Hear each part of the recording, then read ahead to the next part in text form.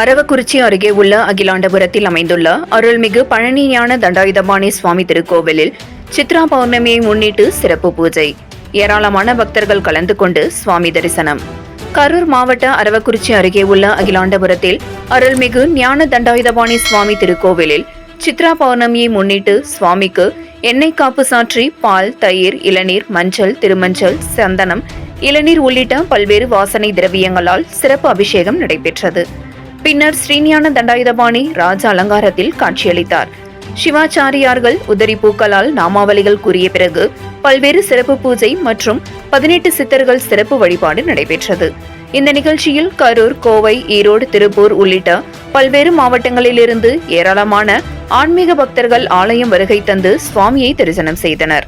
மேலும் நள்ளிரவு 12 மணியளவில் 18 சித்தர்களின் சிறப்பு யாக பூஜை, திருக்கோவில் சார்பாக பக்தர்களுக்கு இரவு அன்னதானம் வழங்கப்பட உள்ளது.